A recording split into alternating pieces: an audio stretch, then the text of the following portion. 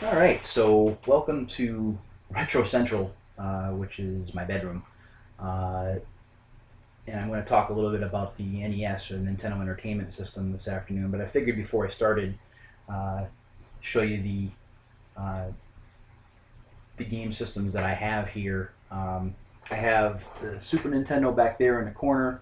The Genesis is hiding behind the GXTV wing here, and then we have the GameCube and regular NES down there, and then the PS2 over here, and then you can see the VCR down here, which I actually use to kind of go back and forth between game systems. I have the PS2 always set in one port on the back of the VCR, and then I have I switch out between the other systems on the front. So kind of ghetto way to go back and forth between systems, but what can you do? Uh, so let's talk a little bit about the NES. As I alluded to in my last video, the I got it uh, for Christmas of 1990, and of course with the holidays upon us, I wanted to take some time to reflect on it and talk a little bit about why I find it so important and it's such a big deal to me um, as a video game player.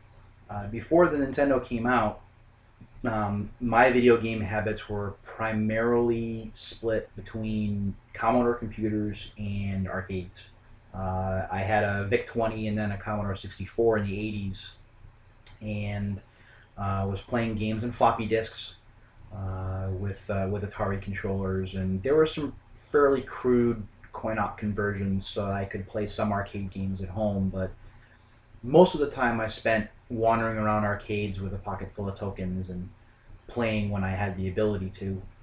Excuse me, and uh, that was pretty much my video game experience at the time.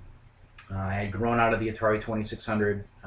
My grandmother on my mother's side of the family had the 2600, and when we uh, moved out of there and we're back on our own as a family, the Commodore systems and arcades were really the way that I went.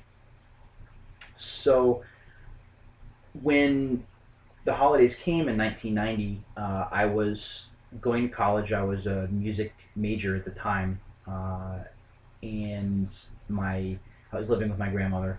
I wasn't working. I was focusing completely on school because that's what I did, and I was lucky enough to have that opportunity. So my grandmother asked me what I wanted for Christmas, and it was a no-brainer. The NES was something that I got to play during summer and winter vacations when I went to go visit friends out in Worcester and just fell in love with it. There were so many games.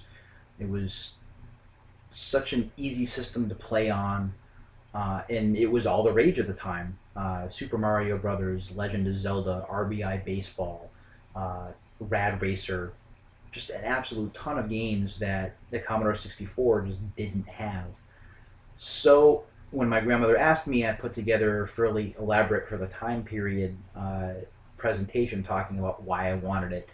Pointed it out in the JCPenney catalog, and then I pointed out my Commodore 64 computer and said, basically there are no more games coming out for this thing that are really up to date. And with the NES, there are plenty. I can play games on this thing for years. Of course, little did I know that 22 years later, here I am with Jeopardy behind me here, and I'm still interested in playing it.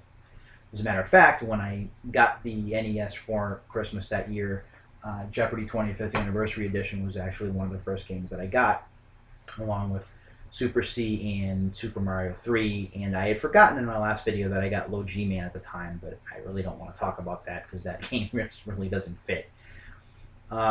So from there, I rented games from the video store, and I would talk about friends about the NES. And then, of course, when I moved from Chicopee to Worcester, I kept the NES with me, and suddenly, rather than playing it at friends' houses, people came over and played at my house or at my apartment with my roommates. And from there, of course, the Super Nintendo came out, which I got for launch less than a year later, and then the two systems sat side by side, not quite up and down as you see here, but the same kind of thing. I would go from playing Ninja Gaiden 2 one minute to playing F-Zero or Final Fantasy 2 the next, and it was a nice option to have. And for at least 2 or 3 years, I was primarily a Nintendo guy, and probably a little bit later than that, even after I got my Sega Genesis, my Nintendo systems got majority of the play for a long period of time.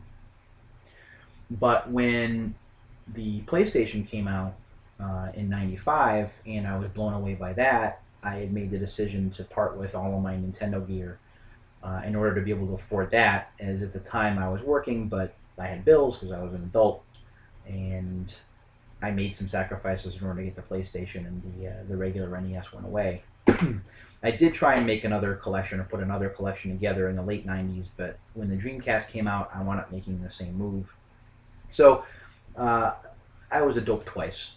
But for my 40th birthday this year, I wound up getting the NES as a gift from an internet friend, and it's received a lot of attention since, and will now be the cornerstone of my collection for probably until it either stops working or until I'm gone, whichever comes first. And at this rate, as long as Nintendo systems work, I probably will wind up being the one that goes away first. So, why is the NES so important to me, other than being kind of the carryover from the Commodore era? Um, it's this guy. It's this controller right here, the thing that you see on my shirt. This controller was enough of a step up from controllers that I was using for the Commodore and in arcades, but at the same time wasn't overly complex, where there were a bunch of buttons that you had to learn how to use, and you had to make split decisions as to what did what. It was one D-pad, a B button, an A button, and then occasionally the select and start buttons would have to be used for certain game functions. But that's how it was. And these controllers are really durable. I play track and field with this controller. I hammer on the buttons constantly, and the thing still just ticks right along. And it was the same back then. It's the same now. You can drop it. You can beat it, and occasionally, if you get angry enough playing Ninja Gaiden, you can throw it up against the wall, and chances are the thing's still going to work. So that's one thing. And the other thing about the NES that I've always found to be one of its best assets or best qualities is that the games are just very simple to play. When you rented games from the video store back in the late '80s, early '90s, and there weren't instruction manuals in there, it was very possible to just figure out the controls as you went along without the need for a 1 to 2 hour long tutorial that showed you how to use them like we see now. Very simply, it's you know, A button shoots, B button jumps, and you're on your way. We'll give you a couple of levels to get started, and then we're really going to throw the kitchen sink at you and see how you hold up. And that's been the basic tenet of game design that I've always found to be most enjoyable. Make it easy to start. Let us kind of grasp the controls as we go. Don't necessarily hold our hands as we play, but give us enough to go on where we feel like we're accomplishing something, and then start to get the difficulty curve to rise incrementally. And then, of course, before the game ends, can really test our game skill and go from there. So that's why I reflect on the NES so much. I find it to be my favorite system of all time. I don't ever back down from that, despite the fact that the graphics may be a bit simple, or that, especially with the side loader, you may have to jiggle the cartridge a little bit to get it to work, and it's a little bit flawed as far as the hardware goes. But it's still, to me, not only my favorite system, but also the most important console, because it really picked console gaming up off the mat where the Atari 2600 had faltered, and it's been built on ever since. We've seen regular Nintendo series and games have sequels throughout the generation since, and this level of simplicity that we see here is something that we always tend to go back to in some of the easiest games, and even in iOS games, that kind of simplicity is what drives them and makes them great. So that's a look at the NES, and a look at my retro gaming setup. Hope you guys enjoyed it, and we'll do another one of these videos soon. Take care.